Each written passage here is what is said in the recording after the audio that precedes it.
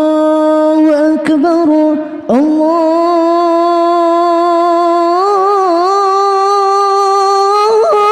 الله أكبر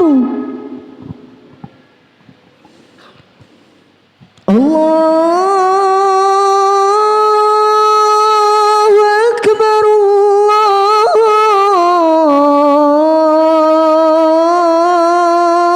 الله أكبر أشهد أن لا إله إلا الله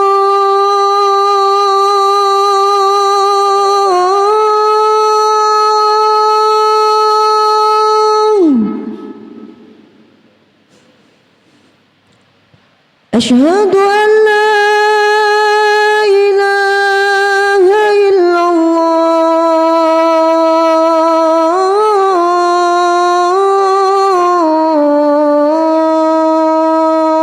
الله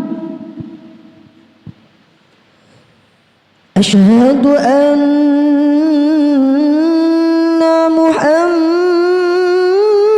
محمد رسول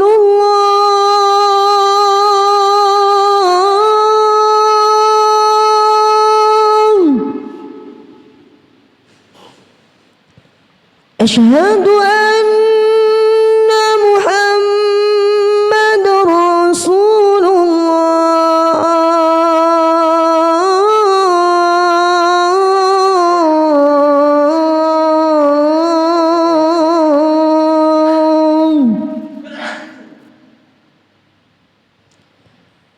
حي على الصلاة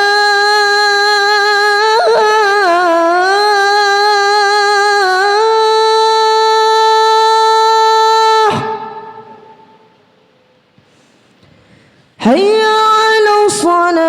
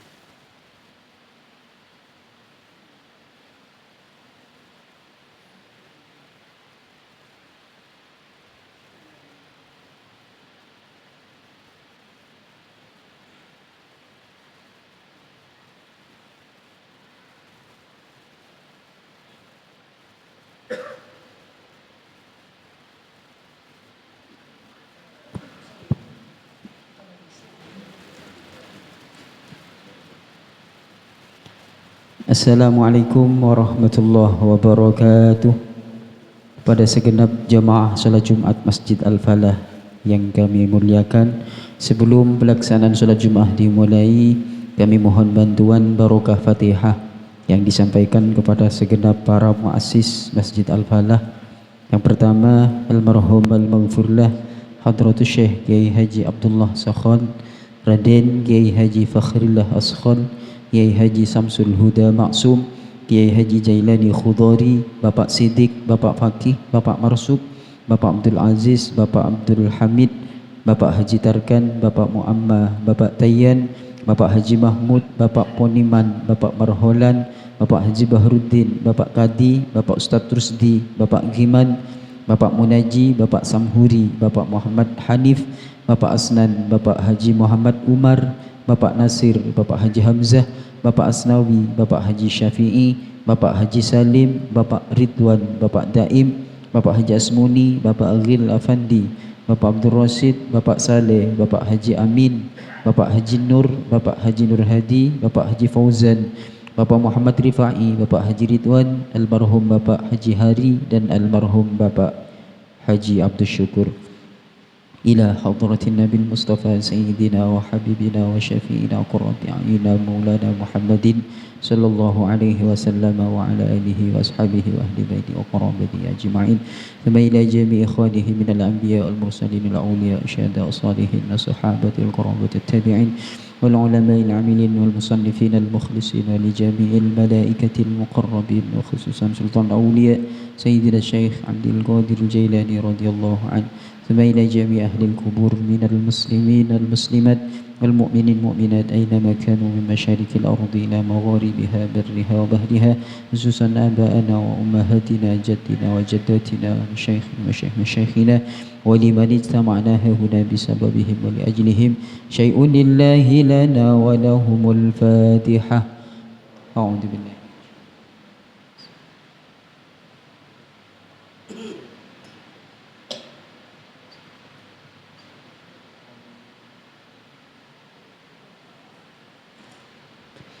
Selanjutnya, laporan keuangan Masjid Al-Falah hasil daripada pendapatan celengan Jumat yang lalu.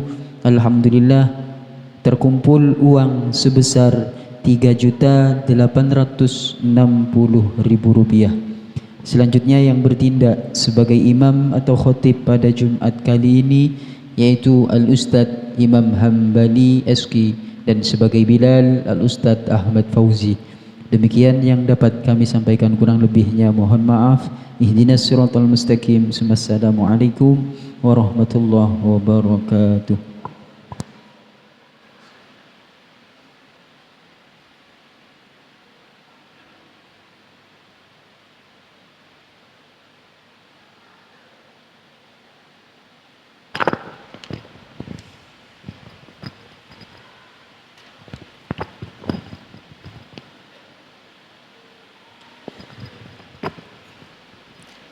معاشر المسلمين وزمرة المؤمنين رحمكم الله، روي عن أبي هريرة رضي الله عنه أن النبي صلى الله عليه وسلم قال: إذا كنت لصاحبك يوم الجمعة أنصت والإمام يخطب فقد لغوت، أنصتوا واسمعوا وأطيعوا رحمكم الله، أنصتوا واسمعوا وأطيعوا رحمكم الله، أنصتوا واسمعوا وأطيعوا رحمكم الله. اللهم صل على محمد، اللهم صل على سيدنا محمد، اللهم صل وسلم على سيدنا ومولانا محمد. Assalamualaikum warahmatullahi wabarakatuh.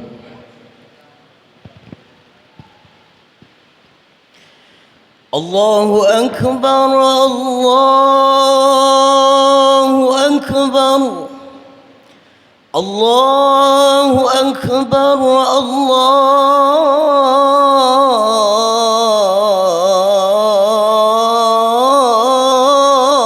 الله أكبر أشهد أن لا إله إلا الله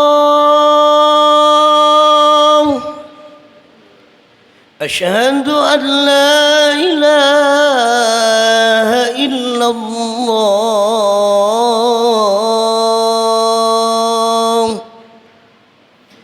أشهد أن محمدًا رسول الله أشهد أن محمدًا رسول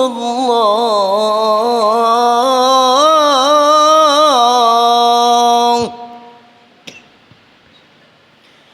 حي على الصلاة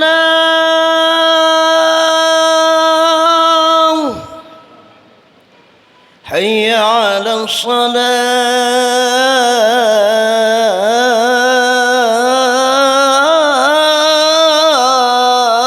الصلاة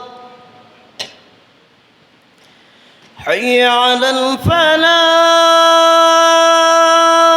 الفلاح حي على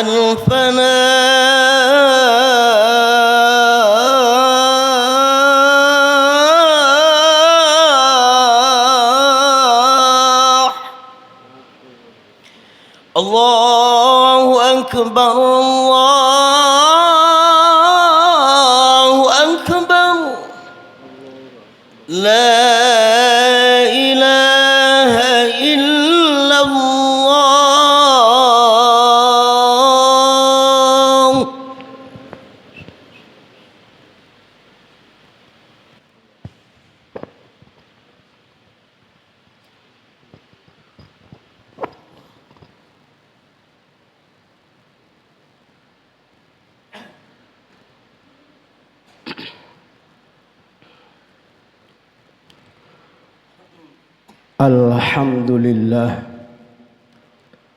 الحمد لله الذي كرم بني آدم بالعلم والحكم وفضلهم بالإيمان والإسلام وميزهم على سائر المخلوقات بالأقوال والأجسام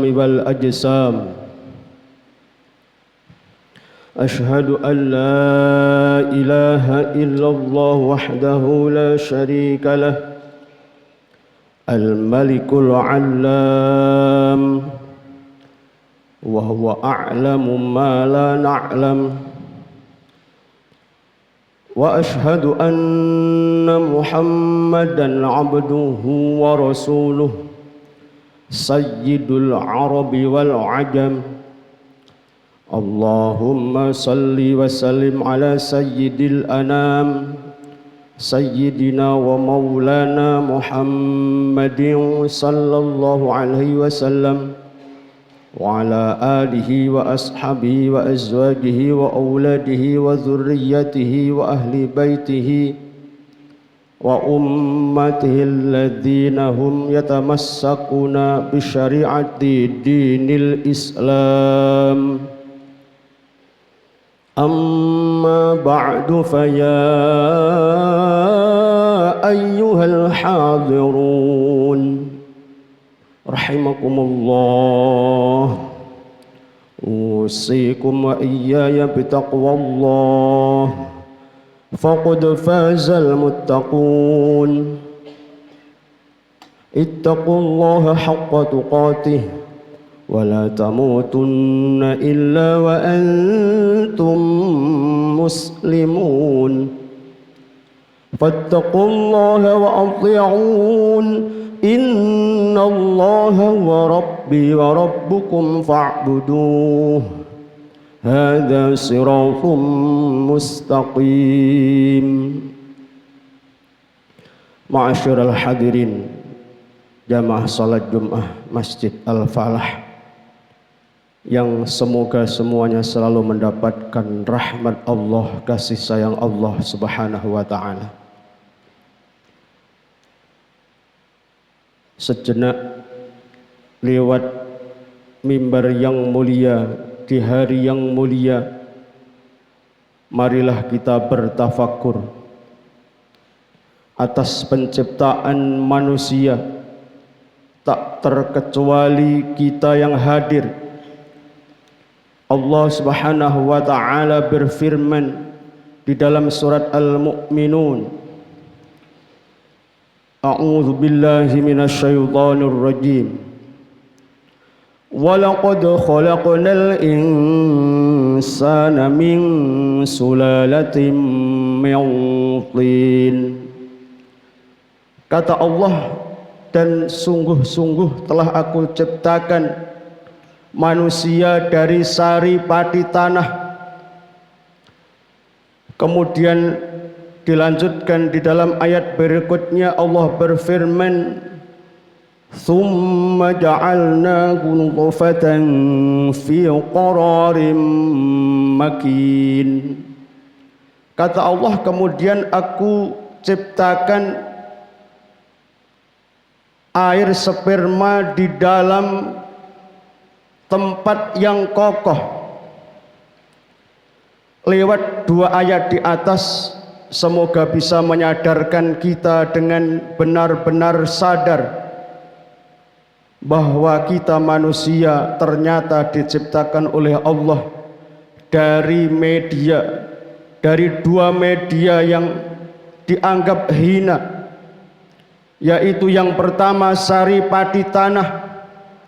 Disebutkan di dalam tafsirnya, ini adalah penciptaan manusia pertama kali Nabiullah Adam alaihissalam.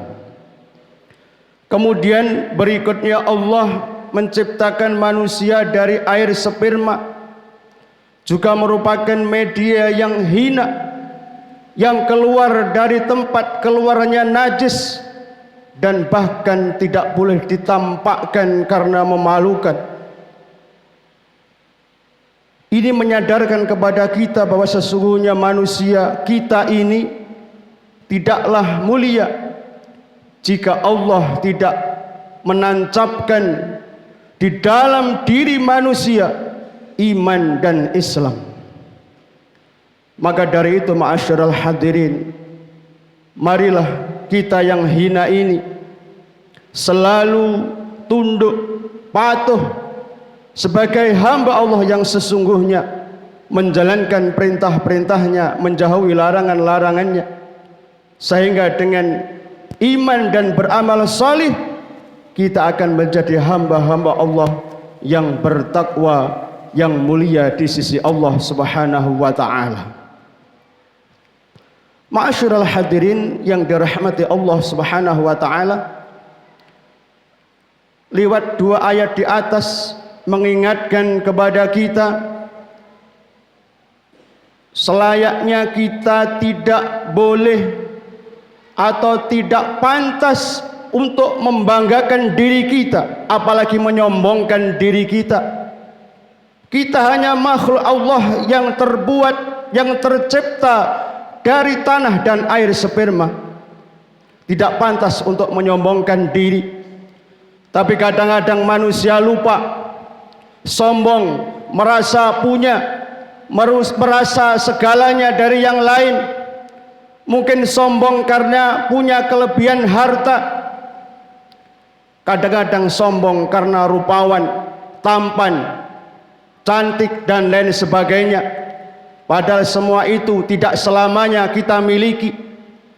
Bahkan kadang-kadang ada yang sombong karena punya keturunan kakek nenek moyang orang besar, menyombongkan dirinya karena nasabnya. Padahal disebutkan di dalam kitab Nasahihud Diniyah bahwa maniftakhara 'alan nasi binasabihi wa biabaihi dhahabat barakatum anhu.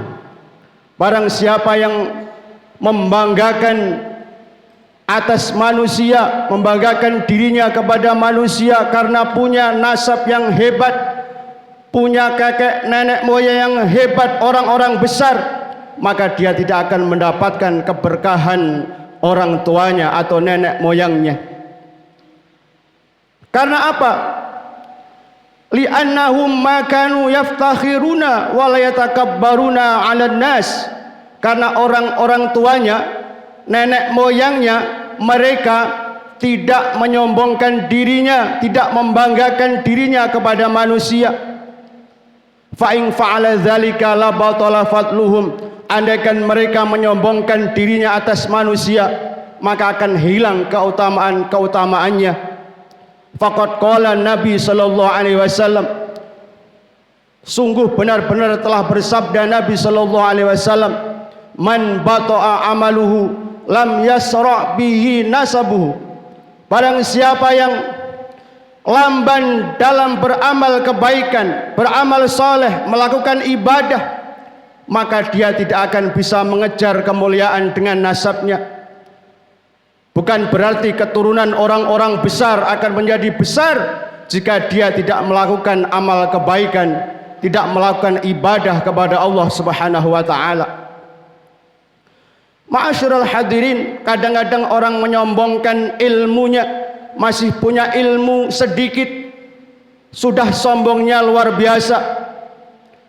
Karena niat mencari ilmunya sudah sombong, ingin menyombongi orang lain, ingin mengajak orang lain untuk berdebat. Makanya ketika mempunyai ilmu sedikit, sudah menantang siapapun yang sekiranya bisa diajak berdebat. Dikisahkan di dalam kitab Fathul Majid karangan Syekh Imam An-Nawawi, ada seorang dahriyah ateis. Dia menyombongkan dirinya, menyombongkan karena dia punya ilmu, mengajak berdebat dengan para ulama. Tidak sombong bagaimana seorang ateis masuk di dalam masjid dan mengajak berdebat. Para ulama tidak ada yang mau meladeninya. Tapi justru anak kecil yang akan menjawab, saya akan menjawab wahai Tuhan dengan pertolongan Allah. Maka dia semakin murka. Siapa engkau anak kecil? Berani-beraninya kamu akan menjawab pertanyaanku, sedangkan di sini banyak orang alim. Maka dia memberikan pertanyaan kepada anak kecil itu. Pertanyaannya yang pertama, apakah Allah itu ada dan di mana? Kata anak kecil, iya, Allah itu ada dan tidak bertempat. Kata dahriyah, kamu katakan ada, mana mungkin ada kalau tidak bertempat? Anak kecil menjawab, iya, seperti ruh yang berada di dalam jasadmu. Apakah kamu tahu di mana ruh itu? Di perut, di kepala, atau di tempat yang lain? Terus perdebatan terjadi sampai akhirnya di pertanyaan yang membuat dahriyah malu. Dia melontarkan pertanyaan, tapi anak kecil tidak mau menjawab. Dia melontarkan persyaratan. Saya mengajukan syarat, jika engkau bisa memenuhi syarat yang aku ajukan, maka aku akan menjawab, kata anak kecil. Apa itu? Orang yang bertanya seharusnya turun ke sini, dan saya yang menjawab seharusnya naik di atas mimbar, kata anak kecil. Maka dia mensetujui apa syaratnya. Kemudian anak kecil naik dan dahriyah atau ateis turun.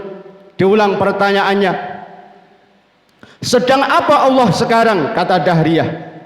Oleh anak kecil dijawab, sya'nullahil an isqatul mubtil mithlika minal a'la ilal adna wa is'adul muhik mithli minal adna ilal a'la. Yang dilakukan Allah sekarang adalah menjatuhkan orang yang salah seperti engkau dari atas ke bawah, dan menaikkan orang yang benar seperti saya dari bawah ke atas. Dengan jawaban seperti ini, seorang dahriyah merasa malu dengan para ulama, dengan semua yang hadir. Maka dia merasa kalah. Dan siapakah anak kecil itu? Yaitu Al-Imam Abu Hanifah ketika masih kecil. Ma'asyiral hadirin, orang yang sombong Allah akan menghinakan bukan hanya di dunia tapi juga kelak di akhirat, di yaumil qiyamah. Baginda Nabi sallallahu alaihi wasallam bersabda, yuhsyarul mutakabbiruna yaumal qiyamati mithla dzar biswarir rijal. Orang yang sombong, yang takabur kelak di hari kiamat akan dibangunkan dalam keadaan kecil-kecil tapi berwajah manusia. Jadi bisa dikatakan makhluk yang aneh. Wajahnya manusia, bentuknya kecil, tidak seperti manusia yang lain. Maka disebutkan dia akan terhina dari berbagai arah, baik dari belakang, dari depan, dari atas, dari manapun akan dijadikan bahan lelucon karena dia tidak seperti manusia yang lain. Allah akan menghinakan bukan hanya di dunia tapi juga kelak di akhirat. Untuk itu ma'asyiral hadirin, marilah kita memohon kepada Allah Subhanahu wa taala agar supaya pada diri kita tidak ada rasa sombong, takabur sedikit pun. Karena rasa sombong dan takabur walaupun kecil akan menghalangi kita untuk masuk surganya Allah Subhanahu wa taala. Mudah-mudahan kita oleh Allah dijadikan hamba Allah yang benar-benar hambanya, hamba yang sesungguhnya, sehingga kita sadar dengan sesadar-sadarnya bahwa kita hanya mengikuti perintah-perintah Allah, meninggalkan larangan-larangannya, sehingga bisa beribadah dengan khusyuk sampai akhir hayat kita dalam keadaan husnul khatimah. Amin ya rabbal alamin. A'udzu billahi minasyaitonir rajim. فمن يعمل مثقال ذرة خيرا يره ومن يعمل مثقال ذرة شرا يره. بارك الله لي ولكم في القرآن العظيم ونفعني وإياكم بما فيه من الآية والذكر الحكيم وتقبل مني ومنكم تلاوته إنه هو السميع العليم وقل رب اغفر وارحم وأنت خير الراحمين. اللهم صل وسلم وزد وعدم وأنعم وتفضل وبارك بجلالك وكمالك على سيد عبادك وأشرف عبادك سيدنا ومولانا محمد. ورضي الله وتبارك وتعالى عن كل الصحابة أجمعين.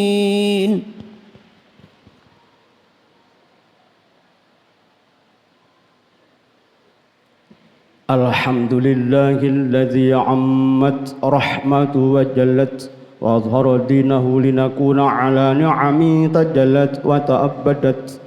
أشهد أن لا إله إلا الله وحده لا شريك له شهادة عبد معترف بتقصيره على العظمة التي تبينت وتوضحت. وأشهد أن محمدا عبده ورسوله الذي أوضح سبيل السعادة لأمة أطاعت وارتقت. اللهم صل على سيدنا محمد وعلى آله وسلم تسليما كثيرا. أما بعد فيا أيها الحاضرون رحمكم الله أوصيكم وإياي بتقوى الله فإن التقوى منبع السعادة الدنيوية والأخروية. أعوذ بالله من الشيطان الرجيم. إن الله وملائكته يصلون على النبي يا أيها الذين آمنوا صلوا عليه وسلموا تسليما.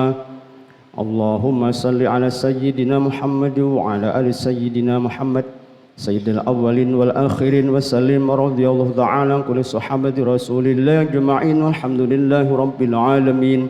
اللهم اغفر للمسلمين والمسلمات والمؤمنين والمؤمنات الأحياء منهم والأموات إنك سميع قريب مجيب الدعوات وقضي الحاجات إنك على كل شيء قدير.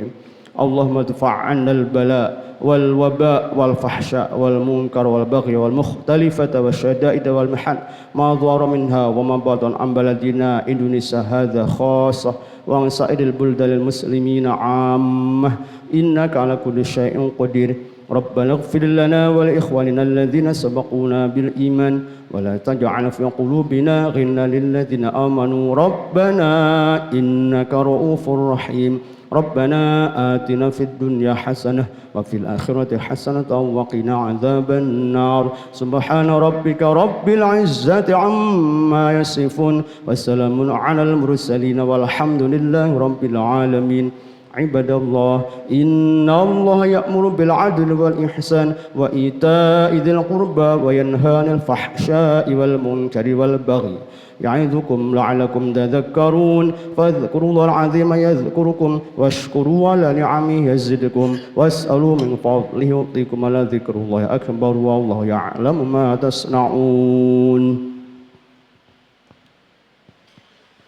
الله أكبر الله أكبر أشهد أن لا إله إلا الله أشهد أن محمدا رسول الله. حي على الصلاة حي على الفلاح قد قامت الصلاة قد قامت الصلاة. الله أكبر الله أكبر لا إله إلا الله. لا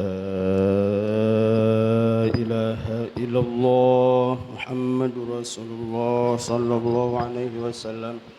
سووا صفوفكم يرحمكم الله. سووا صفوفكم يرحمكم الله. سووا صفوفكم فإن تسوية الصفوف من إقامة الصلاة. أعوذ بالله من الشيطان. بسم الله الرحمن الرحيم. الله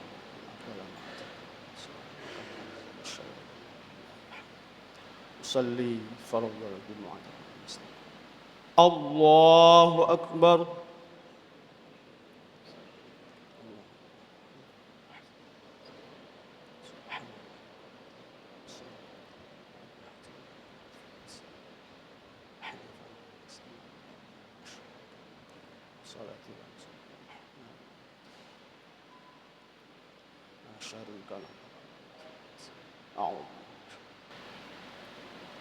بسم الله الرحمن الرحيم.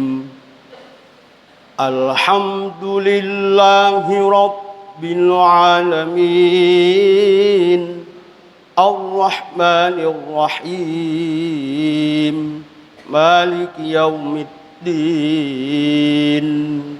إياك نعبد وإياك نستعين. اهدنا الصراط المستقيم صراط الذين أنعمت عليهم غير المغضوب عليهم ولا الضالين.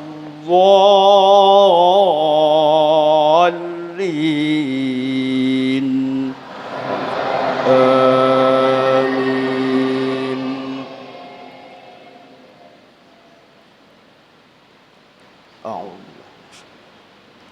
بسم الله الرحمن الرحيم. سبح اسم ربك الأعلى الذي خلق فسوى والذي قدر فهدى والذي أخرج المرعى فجعله غثاء أحوى. سنقرئك فلا تنسى إلا ما شاء الله إنه يعلم الجهر وما يخفى. ونيسرك لليسرى فذكر إن نفعت الذكرى. سيذكر من يخشى ويتجنبها الأشقى الذي يصلى النار الكبرى ثم لا يموت فيها ولا يحيا قد أفلح من تزكى وذكر اسم ربه فصلى بل تؤثرون الحياة الدنيا والآخرة خير وأبقى إن هذا لفي الصحف الأولى صحف إبراهيم وموسى. الله أكبر.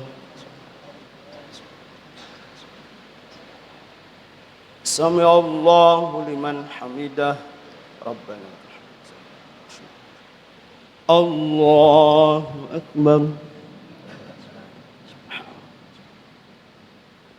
الله أكبر. الله أكبر.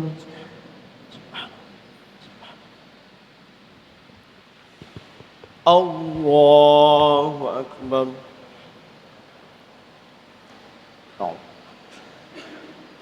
بسم الله الرحمن الرحيم.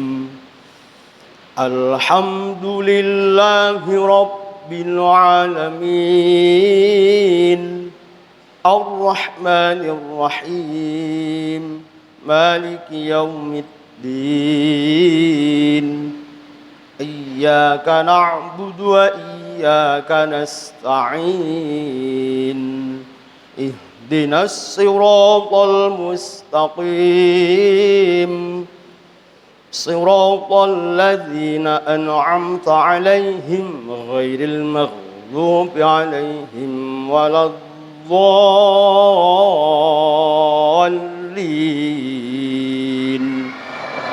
آمين.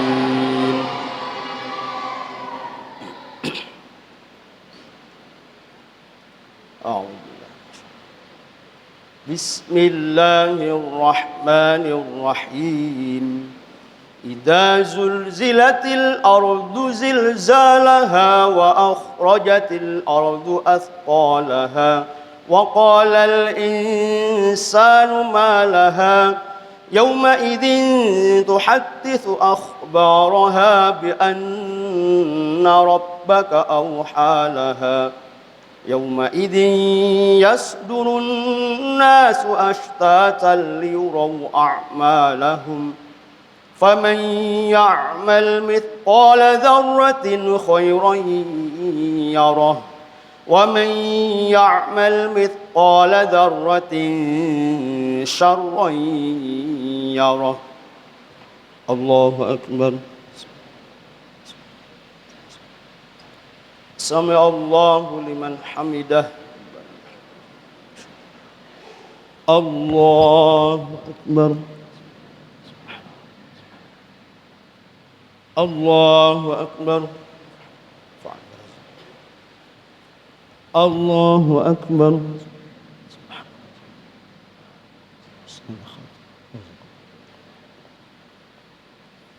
الله أكبر.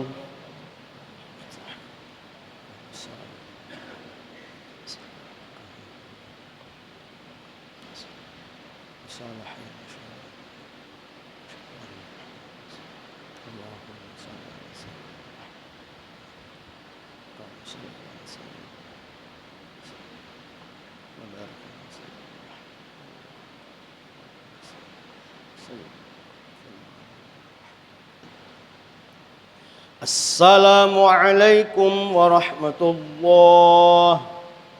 السلام عليكم ورحمة الله.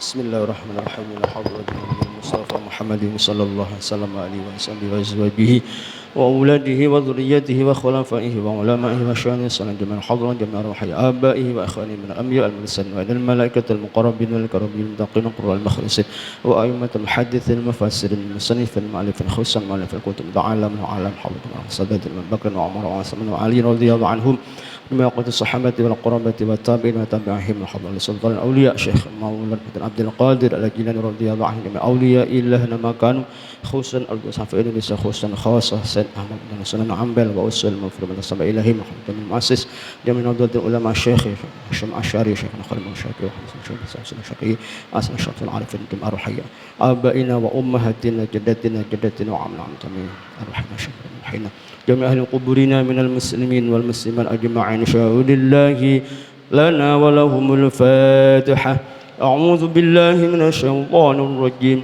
بسم الله الرحمن الرحيم الحمد لله رب العالمين الرحمن الرحيم مالك يوم الدين إياك نعبد وإياك نستعين اهدنا الصراط المستقيم صراط الذين أنعمت عليهم غير المغضوب عليهم ولا الضالين آمين الفاتحة أعوذ بالله من الشيطان الرجيم بسم الله الرحمن الرحيم الحمد لله رب العالمين الرحمن الرحيم مالك يوم الدين إياك نعبد وإياك نستعين اهدنا الصراط المستقيم صراط الذين أنعمت عليهم غير المغضوب عليهم ولا الضالين آمين الفاتحة أعوذ بالله من الشيطان الرجيم بسم الله الرحمن الرحيم الحمد لله رب العالمين الرحمن الرحيم مالك يوم الدين إياك نعبد وإياك نستعين اهدنا الصراط المستقيم صراط الذين أنعمت عليهم غير المغضوب عليهم ولا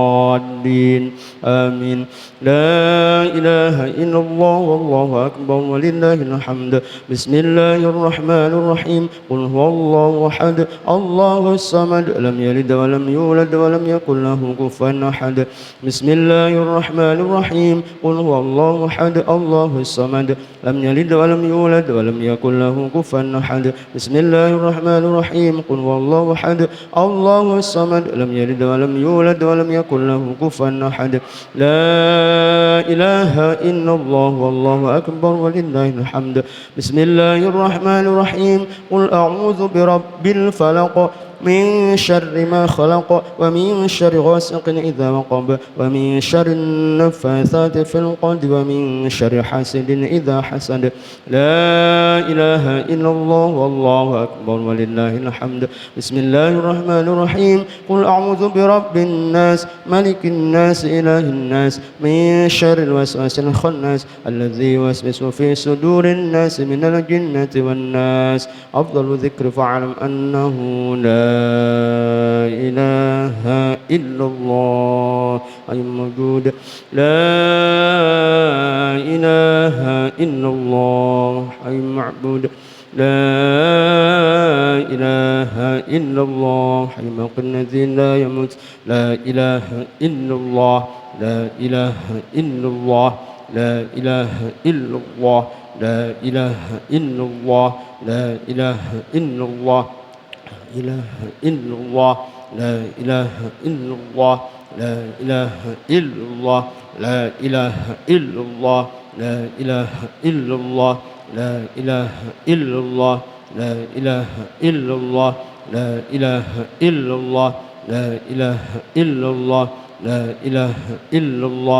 لا إله إلا الله لا إله إلا الله لا إله إلا الله لا إله إلا الله لا إله إلا الله لا إله إلا الله لا إله إلا الله لا إله إلا الله لا إله إلا الله لا إله إلا الله محمد رسول الله صلى الله عليه وسلم كلمة حق عليها نحيا وعليها نموت وعليها نبعث إن شاء الله تعالى من الآمنين أعوذ بالله من الشيطان الرجيم بسم الله الرحمن الرحيم الحمد لله رب العالمين حمدا يوفي نعمه ويكافئ مزيده يا ربنا لك الحمد كما ينبغي لجلال وجهك الكريم وعظيم سلطانك اللهم صل وسلم وكرم وشرف عظيم على سيدنا مولانا محمد صلاة تكون لكل عسر يسرا ولكل هم فرجا ولكل داء دواء ولكل سقم شفاء وعلى آله وصحبه وبارك وسلم